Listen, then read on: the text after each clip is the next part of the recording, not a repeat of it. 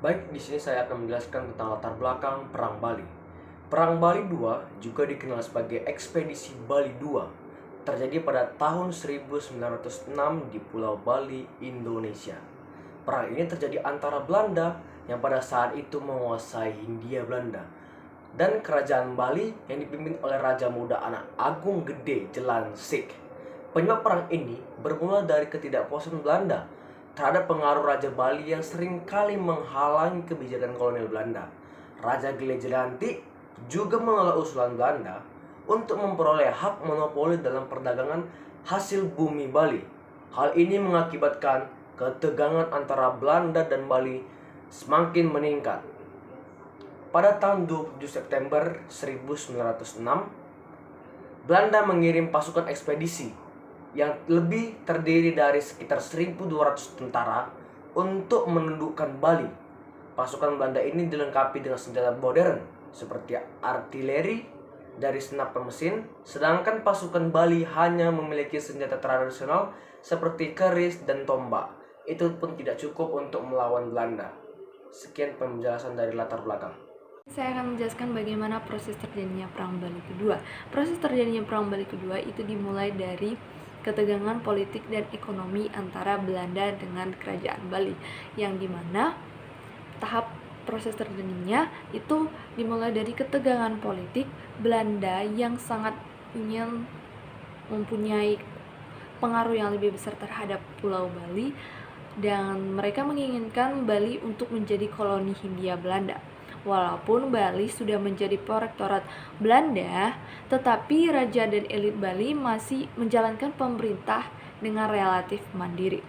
Lalu Raja Bali, Anak Agung Gede Jelantik, beberapa kali menolak usulan kolonial Belanda tersebut. Lalu Belanda mengumpulkan informasi mengenai kelemahan pada pertahanan Bali dan sumber daya mereka. Karena ingin sangat menundukkan Bali, apapun yang untuk dapat menaklukkan Bali, mereka pun akan melakukannya walaupun harus menghabiskannya. Lalu pada tahun 1904, Belanda mengirimkan ultimatum dan penolakan Bali kepada Raja Anak Agung Gede Jelantik, yang mana diberisikan agar Bali memberikan hak perdagangan dan monopoli atas pulau tersebut. Dan dari ultimatum tersebut membuat dampak yang lebih besar terhadap ikatan dari Bali dengan Belanda. Proses terjadinya perang, pengepungan dan pertempuran. Pada 27 September 1006, Belanda meluncurkan serangan militer terhadap Bali. Pasukan Belanda yang melengkapi dengan senjata modern seperti artileri dan senapan mesin menyerbu ibu kota kerajaan Kelukung. Pasukan Bali yang kebanyakan hanya dilengkapi dengan senjata tradisional berusaha bertahan tetapi tidak berhasil menghadapi serangan Belanda yang lebih unggul secara teknologi dan jumlah.